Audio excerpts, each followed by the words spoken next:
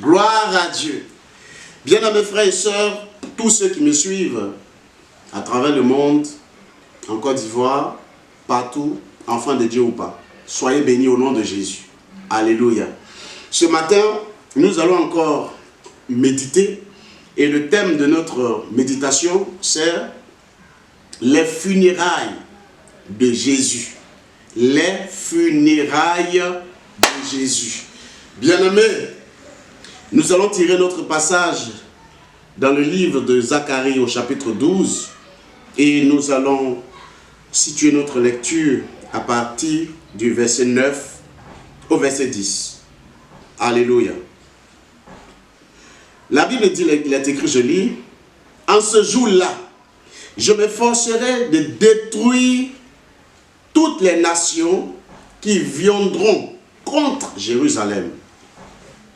Alors, je répandrai sur la maison de David et sur les habitants de Jérusalem un esprit de grâce et de supplication.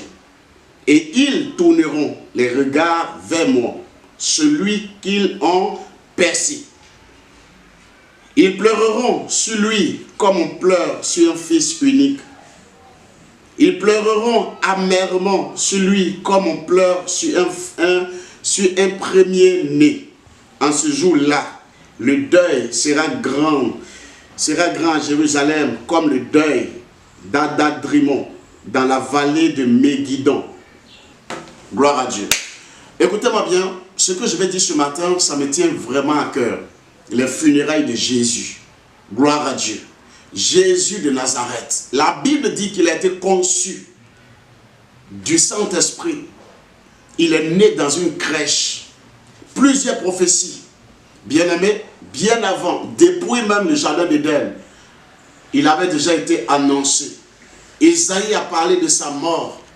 Bien-aimé, son sacrifice qui a sauvé l'humanité, qui a expié les péchés du monde entier. Gloire à Dieu. Plusieurs, par les visions, par l'inspiration du Seigneur, ont vu ces jours, bien-aimés, et ils ont glorifié le Seigneur. Amen. Jésus est apparu en Israël et il a marché sur le sol d'Israël pendant 33 ans environ. Il faisait des miracles, il enseignait la parole, il était revêtu de la puissance de Dieu, il ressuscitait les morts, les démons lui obéissaient, il était rempli de l'autorité de Dieu, car la puissante main, la Bible dit que celui-ci est mon fils bien-aimé en qui j'ai mis toute mon affection. La gloire de Dieu se reposait sur Jésus. Alléluia. Et jusqu'à ce que, bien-aimé, après le baptême, il se retrouve dans le désert tenté par le diable. Et il a repoussé le diable par la crainte de Dieu et par l'autorité qui lui avait été accordée. Alléluia. Jésus était un grand prophète. Pas seulement un grand prophète, mais Jésus était un envoyé parfait de Dieu. Il était le Messie. Alléluia. Dans ses enseignements, il a révélé par plusieurs versets qu'il était fils de Dieu, qu'il était Dieu. Alléluia. Il a manifesté le royaume des cieux sur la terre aux yeux des Juifs. Il a enseigné l'amour dans une dimension que personne n'avait jamais compris. Il a fait des choses extrêmement puissantes. Alléluia. Et son pouvoir se reposait sur l'amour. Alléluia. Quand Jésus faisait des miracles, alléluia, on ne voyait pas parce qu'il est puissant, non. On voyait plutôt la compassion des âmes qui étaient en lui, qui étaient manifestées par des miracles. Jusqu'à ce que, bien-aimé, il soit arrêté un jour, à la veille de la Pâque. Jésus a été jugé et il a été condamné. Il a été condamné par les Romains qui ont manipulé le peuple juif à le livrer. Alléluia. Et Jésus a été condamné. Jésus et Barnabas, bien aimé, les Juifs ont choisi Barnabas le brigand, celui qui a violé leurs femmes, leurs enfants, qui a fait beaucoup de meurtres. Ils ont préféré ce jour que celui-là soit libéré et que Jésus soit condamné. Pourquoi? Parce que simplement, ils étaient manipulés par le diable. Alléluia. Et pour accomplir plutôt le plan parfait de Dieu. Il ne s'est pas justifié. Il n'a pas branché. Il n'a jamais dit quoi que ce soit. On l'a accusé d'adultère. Il n'a pas parlé de faux prophètes. Il n'a pas parlé de toutes ces mauvaises choses. Jésus n'a jamais branché. Alléluia. Il était consacré à Dieu. Il était consacré et il marchait dans l'obéissance totale et parfaite à Dieu. Gloire à Dieu. Jusqu'à ce que, bien aimé, ce jour-là, la sentence soit tombée contre lui. Il soit condamné à mort. Alléluia. Jésus a été cloué à la croix de Golgotha. Au milieu de deux bandits, deux grands bandits. Qui, bien aimé, de part et d'autre, chacun a eu son appréciation. L'autre a dit, tu dis tu es Dieu et puis tu meurs ici comme ça. Alléluia. Et l'autre a dit, non, moi je sais que je souffre parce que je suis brigand, je mérite cela. Mais lui, il ne mérite pas cette souffrance parce qu'il est parfait. Alléluia. Celui-là a saisi son occasion pour être sauvé. Et Jésus est mort à la croix, cloué à la croix. Bien-aimé, avec une couronne d'épines sur sa tête, son côté percé dans les douleurs. Jésus a dit, Élie, Élie, Élie, lama sabachthani. Père, pourquoi m'abandonnes-tu? Le Père n'avait jamais abandonné Jésus, mais dans ses souffrances, quand la souffrance est grande, quand la souffrance est profonde, quand la souffrance est atroce, on a comme l'impression que nous sommes restés seuls, nous sommes totalement abandonnés. Il dit, Père, pourquoi m'abandonnes-tu? Alléluia. Et bien aimé, je dis, le Père ne l'a pas abandonné parce que c'est le même Père qui va le ressusciter d'entre les morts le troisième jour. Gloire à Dieu. Mais ici, je vais vous dire, bien aimé, je n'ai jamais vu, bien aimé, un homme qui meurt sur la terre, des vivants, que ce soit chez les blancs, chez les noirs, chez les jaunes, chez les rouges. Alléluia, il y a forcément des obsèques, il y a forcément des funérailles. Mais Jésus n'a jamais connu des obsèques, il n'a jamais connu des funérailles. Pourquoi? Parce qu'Israël était manipulé. Israël, bien aimé, Dieu a jeté sur eux un voile d'aveuglement, un voile, bien aimé, pour les aveugler, pour ne pas voir qui était Jésus réellement. Pourquoi? Parce que simplement, il faut qu'Israël soit endurci pour pouvoir rejeter Jésus et Jésus puisse maintenant sauver l'humanité. C'est parce qu'il a été rejeté par Israël qu'il a tourné les regards vers nous. Et c'est Dieu qui a permis que Israël le rejette. Pourquoi? Parce qu'il faut que d'abord la multitude soit sauvée. Comme, bien aimé, dans la révélation de Jacob chez Laban. Laban lui dit, on ne prend pas la plus petite avant la plus grande. Gloire à Dieu. Jésus devait sauver la multitude. Et après, il sauvera, bien aimé, Israël. C'est pourquoi il a été rejeté par Israël qui était endurci. Gloire à Dieu. Donc, Jésus est mort. C'est un soulagement pour les anciens d'Israël, pour les chefs religieux, pour les Romains. Pour les Romains, pourquoi? Parce qu'il est venu détrôner le trône romain en Israël. Il est venu renverser le pouvoir romain en Israël. L'esclavage romain plutôt sur Israël. Il est venu mettre fin à ça. Il est venu pour accorder la délivrance. Il n'a jamais connu de funérailles. Tout le monde était dans la joie. Au contraire, les gens se moquaient de lui. Vous comprenez bien? Un centenier au pied de la croix, il a regardé tous les événements consécutifs à sa mort. Le vent qui a soufflé, les ténèbres qui ont rempli toute la terre, le tremblement qui a eu lieu. Il dit celui-ci était réellement le Fils de Dieu. Lui, il l'a reconnu. Alléluia. Et Jésus est mort, il a été enterré, c'est fini. On n'a plus parlé de quoi que ce soit. Pas de jour de deuil, pas de condoléances, rien. Pourquoi? Parce que le temps viendra et cela s'accomplirait plus tard. C'est pourquoi ici la Bible dit, alléluia, ce jour-là je délivrerai Israël de toutes les nations qui viendront contre elle.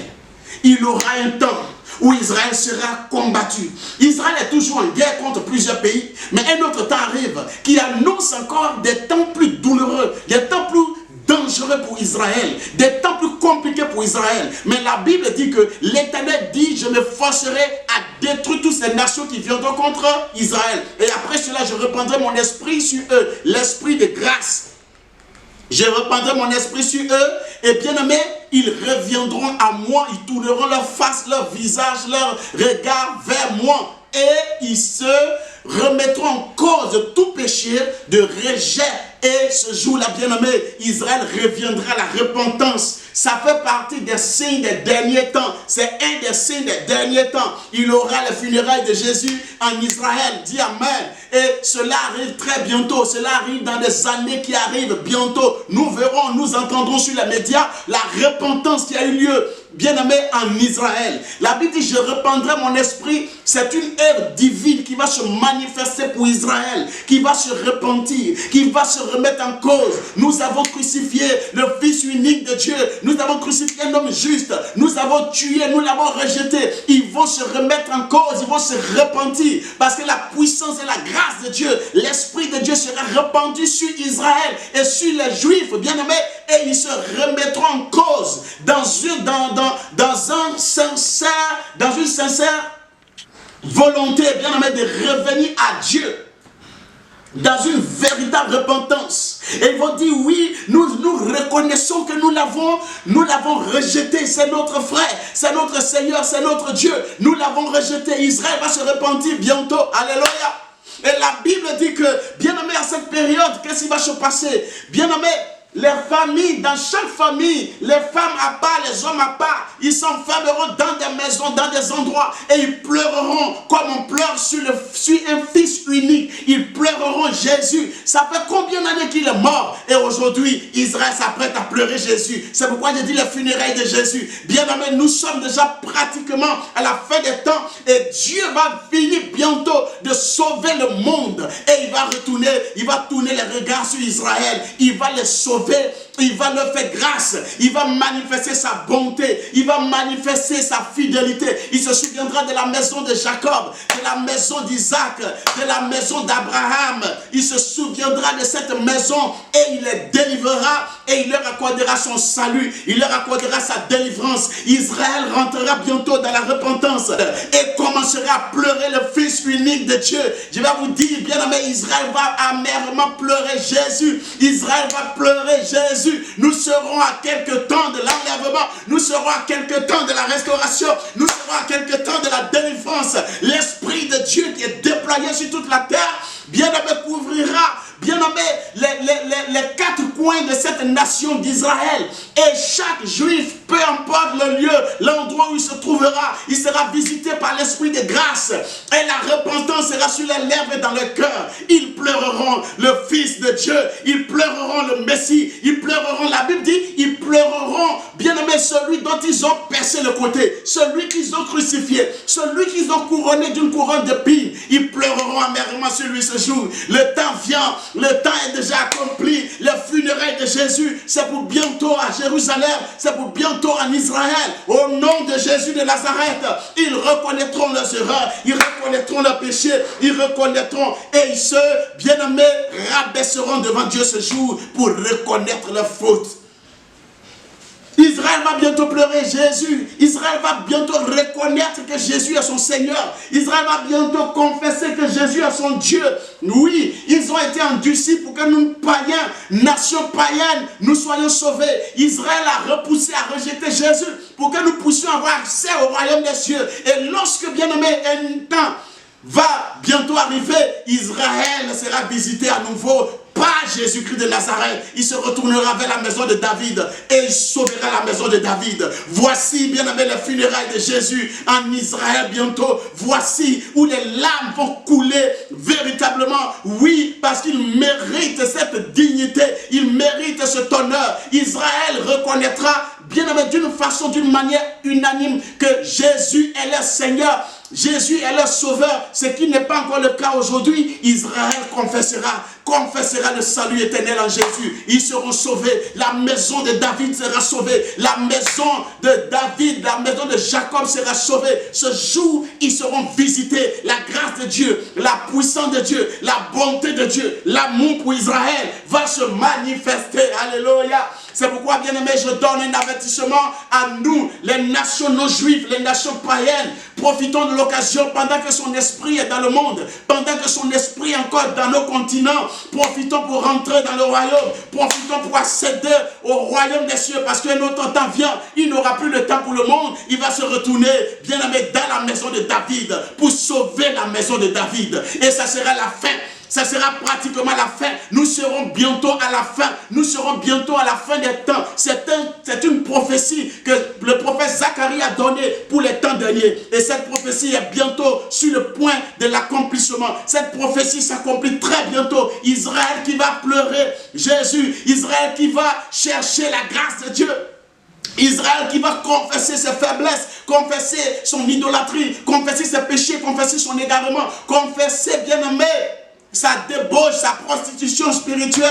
Israël qui va confesser ses alliances diaboliques avec plusieurs nations du monde. Israël qui va rentrer ce jour en elle pour pleurer le Fils unique. Israël va pleurer le Fils unique. Le Fils unique, il va pleurer. Israël va pleurer la mort de Jésus, le Messie. Ils reconnaîtront que toutes ces souffrances, c'était pour eux. Toutes ces atrocités contre lui, c'était pour eux. Toute cette douleur, c'était pour eux. Bien-aimés, alléluia. La souffrance qui a donné et qui donnera la paix à Israël, que Jésus a porté, bien-aimé, Israël reconnaîtra cette souffrance ce jour. Alléluia. Gloire à Dieu. Ce sont bientôt les funérailles de Jésus en Israël. Soyez bénis, soyez édifiés au nom puissant de Jésus. Amen.